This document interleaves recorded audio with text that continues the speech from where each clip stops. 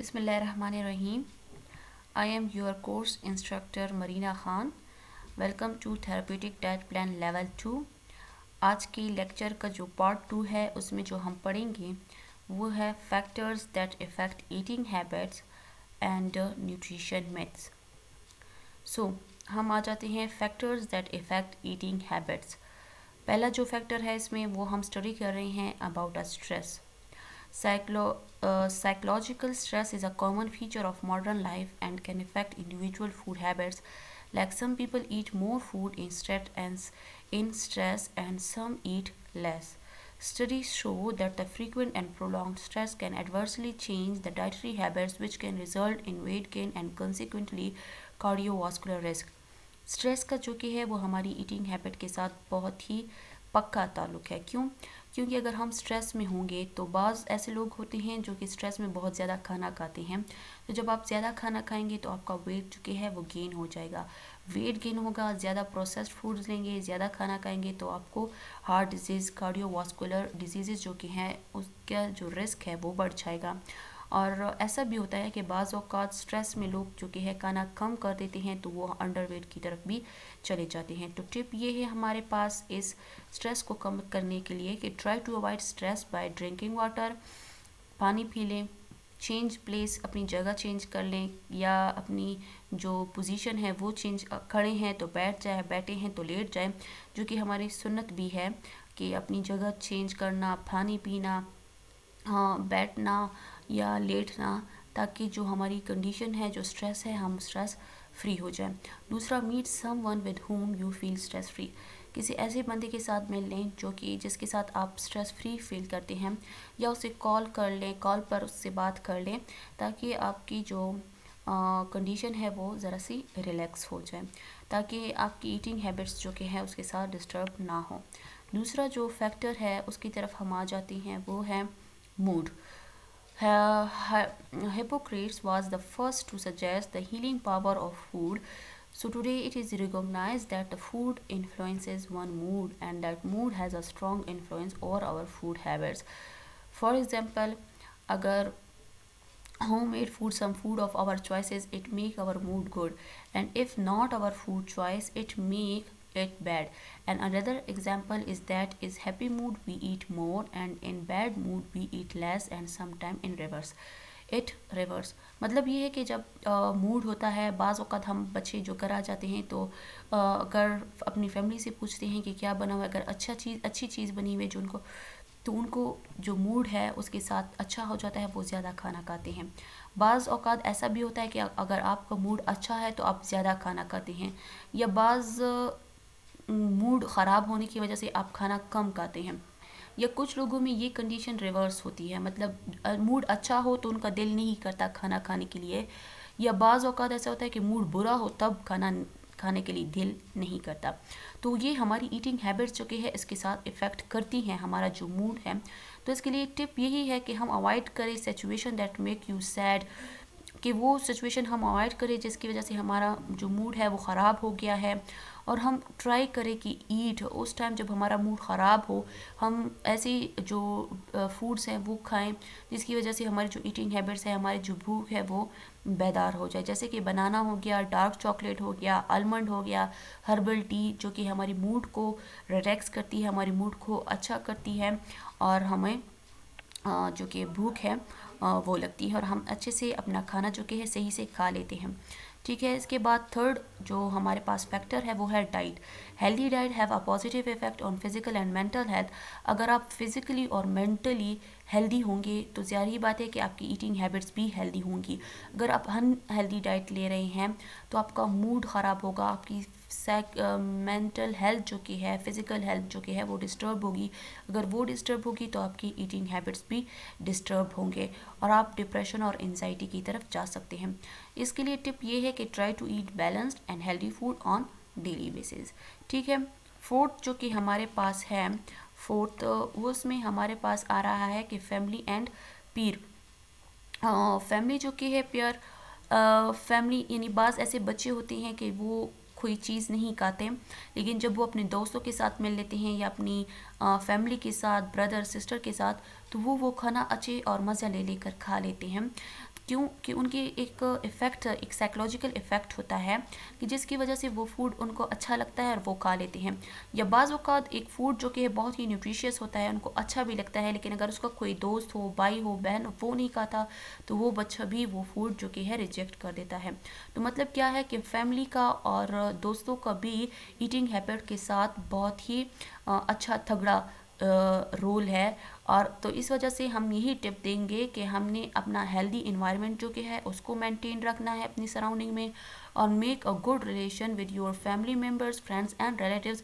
हमारी good relationship हो, हमारी फैमिली जो कि है वो हेल्दी होगी, उनकी हेल्दी हैबिट्स होंगी, तो ऑटोमेटिकली जो कि है हमारी भी हैबिट्स जो कि है ईटिंग हैबिट्स हेल्दी होंगी, और हम जो कि हैं हेल्दी होंगे। इसके बाद हम आ जाते हैं फिफ्थ वन की तरफ, जो कि है सोशल मीडिया। सोशल मीडिया का बहुत बड़ा रोल है हमारी ईटिंग हैबिट के साथ, क्योंकि आजकल जो बहुत सी ऐसी एडवर्टीज़मेंट है जो कि अनहेल्दी फूड की होती हैं, जैसे कि सॉफ्ट ड्रिंक्स हो गया, पैक्ड जो चिप्स होते हैं उनके हो गए, तो वो उनको इस तरह से पेश करते हैं कि जिसकी वजह से बहुत से लोग जो कि हैं उन फूड आइटम की तरफ अट्रैक्ट हो जाते हैं। जब वो अट्रैक्ट हो जाते हैं तो वो क्या करते हैं कि वो फूड आइटम लेते हैं और बहुत मज़े मज़े से वो चीज़ें खाते हैं। तो उनका एक साइकोलॉजिकल इफ़ेक्ट होता है कि ये हमारे लिए इतनी अच्छी है, और वो एडवर्टाइजमेंट देखकर they will be happy when they eat this type of foods. So इसके लिए हम यही टिप देंगे कि try to avoid excessive use of social media. ज़्यादातर अपने बच्चों को, अपने फैमिली मेम्बर्स को और ख़ुद जो कि है एक्सेसिव यूज़ ना करें सोशल मीडिया, क्योंकि इसका हमारी मेंटल हेल्थ पर, हमारी जो फिज़िकल हेल्थ होती है, इन पर बहुत बुरा असर भी होता है। और हम एक्सपेंड करें अपना ज़्यादातर टाइम पॉजिटिव एक्टिविटी के साथ। तो अगर हम पॉजिटिव एक्टिविटीज़ करेंगे, हम फिज़िकल एक्टिविटीज़ करेंगे, तो हमें भूख भी लगेगी, हम हेल्दी और न्यूट्रिशियस फूड जो कि है वो कंज्यूम कर पाएंगे। अब हम आ जाते हैं क्वेश्चन की तरफ, जिसका आपने आंसर करना है। Factors that effect eating habits, any one that in your mind. कोई एक जो कि आपके जहन में आ रहा हो, वो आप आंसर में लिखकर हमें बता सकते हैं कि कोई भी फैक्टर जो कि आपके माइंड में आ रहा हो जो कि ईटिंग हैबिट को इफ़ेक्ट करता है। इसके बाद हम आ जाते हैं 4 कॉमन न्यूट्रिशन मिथ की तरफ। हमारे पास हमारे सराउंडिंग में बहुत ज़्यादा न्यूट्रिशन मिथ्स हैं जिनको हमने समझना ज़रूरी है, और जिनके बारे में हमें जानना बहुत ज़रूरी है, जिनमें हमने 4 इस लेक्चर में इंक्लूड की हैं। एक नंबर 1 जो कि है वो ये है कि egg yolk is bad for you because it cause cholesterol issues and cause heart disease, means eating whole egg increase cholesterol level.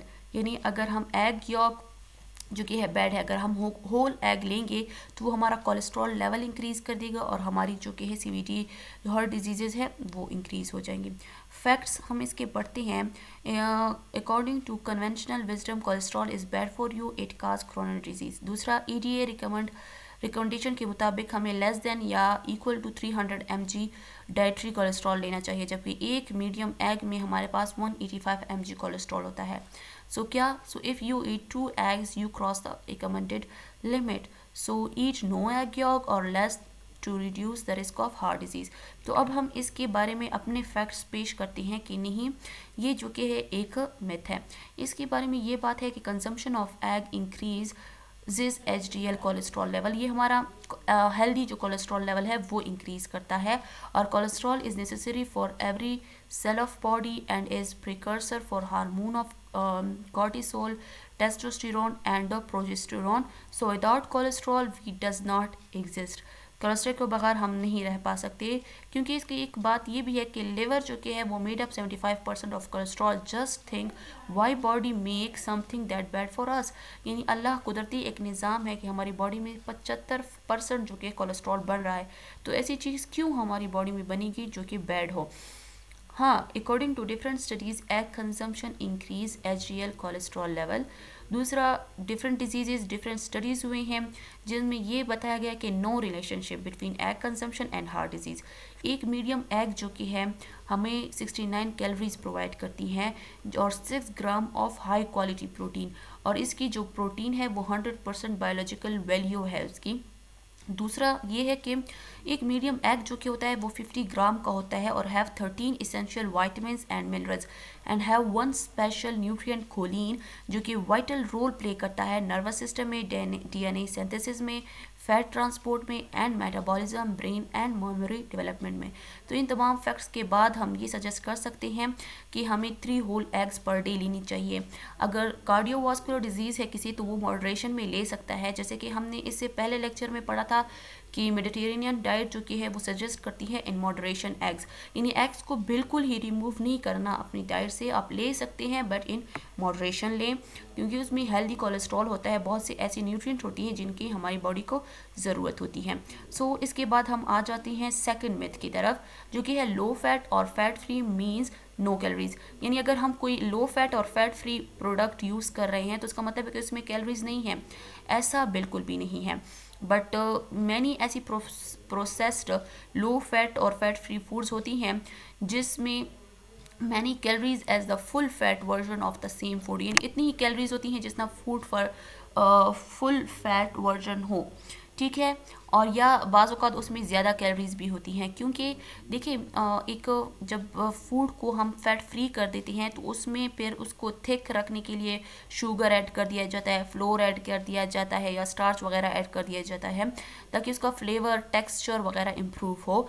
जब हमने उसे फैट फ्री कर रिमूव कर दिया तो क्या हो जाता है कि उसकी वजह से इंग्रेडिएंट की जो कैलोरीज है वो एडअप हो जाती हैं, इंक्रीज़ हो जाती हैं। सो इसके लिए हम यही टिप देंगे कि जब आप कोई प्रोडक्ट लें तो उसकी जो न्यूट्रिशन फैक्ट्स हैं और वो उसको रीड आउट कर लें। फूड पैकेज को आप अच्छी से फूड की जो लेबलिंग हुई है उसमें जो न्यूट्रिएंट की कंपोजिशन है वो पढ़ लें, ताकि आपको पता चले कि उसमें कितनी कैलोरीज है पर सर्विंग और कितनी सर्विंग्स जो हमें है कितनी कैलोरीज प्रोवाइड कर रहा है। दूसरी, check the serving size too, it may be less than you are use to eating, ठीक है। तो इसके बाद हम आ जाते हैं मिथ नंबर 3 की तरफ। Fast food are always as unhealthy choice and you should not eat them when dieting. जब आप डाइटिंग पे हो तो आपको फास्ट फूड नहीं लेनी, क्यों कि वो हमेशा अनहेल्दी चॉइस नहीं, ऐसा कुछ भी नहीं है। बाज़ ऐसी फास्ट फूड है जो कि हेल्दी भी हैं, जैसे कि जिसकी एग्जांपल में हम ले सकते हैं कि हमारे पास क्या होता है कि ग्रिल्ड फिश जो कि है जो कि फास्ट होती है, ग्रिल्ड ले ले, फिश ले ले, फिश हेल्दी फूड है। इस तरह चिकन है उसको आपने ग्रिल्ड कर लिया वो भी हेल्दी है। लेकिन कुछ जो कि है उसको हम फास्ट फूड को अपनी डाइट में ऐड कर सकते हैं, बट लिटिल हाउ नो कि किस तरह हम इसको यूज़ करेंगे ताकि वो हमारे लिए ज़्यादातर बैड साबित ना हो, ठीक है। उसके लिए हम टिप्स देंगे कि अवॉइड सुपर साइज़, आपने सुपर साइज़ को अवॉइड करना है, या सुपर साइज़ है तो उसको आपने स्प्लिट करना है, एक अपने फ्रेंड के साथ शेयर कर लें। दूसरा, आप उसके साथ सॉफ्ट ड्रिंक्स वगैरह ना लें, आप सिप ऑफ ऑन वाटर लें या ग्रीन टी ले लें या मिल्क ले लें, फैट फ्री मिल्क उसके साथ ले लें, ठीक है। दूसरा कि सैलेड जो कि ग्रिल्ड हो, जैसे कि ग्रिल्ड चिकन हो गया, फ़िश हो गया, वो चीज़ें आप उसकी सैंडविचेस वगैरह हैमबर्गर आप ले सकते हैं।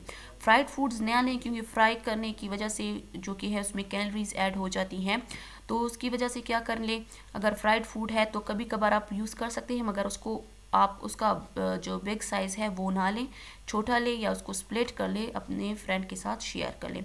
Also use only small amount of high fat high calorie topping like regular mayonnaise, salad dressing and cheese. इन चीज़ों को ज़रा अवॉइड करें और कम लें, ताकि आपकी जो डाइटिंग है वो डिस्टर्ब ना हो और आप फास्ट फूड को भी इंजॉय कर सकें। सो इसके बाद हमारे पास आ जाती है myth number 4, dairy products are fattening and unhealthy. ज़्यादा एक मिथ है कि डेयरी प्रोडक्ट्स जो कि होती हैं वो अनहेल्दी हैं या फैटनिंग होती है। तो इसके लिए हम फैक्ट ये पेश कर रहे हैं कि low fat and fat free milk जो कि होता है, या योगर्ट हो या चीज़ हो, वो just as nutritious as whole milk. जितना एक होल मिल्क न्यूट्रिशियस होता है उतना ही फैट फ्री मिल्क। लेकिन क्या होता है कि उसमें सिर्फ फैट हो और कैलोरीज जो कि है उसका अमाउंट कम हो जाए, बाकी इसके जो न्यूट्रिएंट्स होते हैं, कैल्शियम होता है, प्रोटीन होता है, वो सेम रहता है और हमें उसी तरह न्यूट्रिएंट प्रोवाइड करता है। दूसरा, dairy products have many nutrient your body need.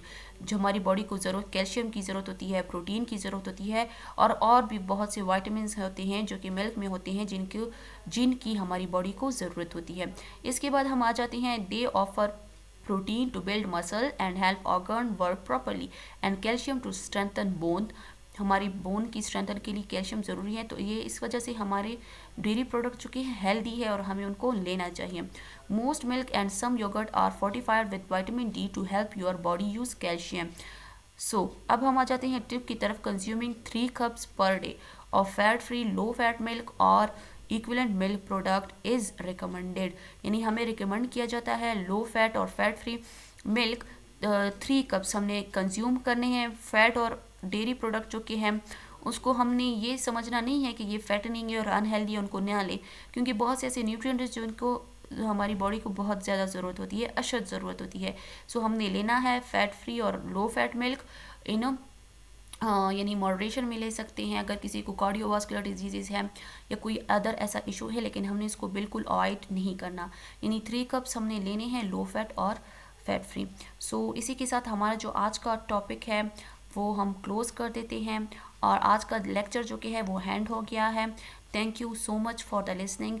Any question you will be ask any time. Thank you so much.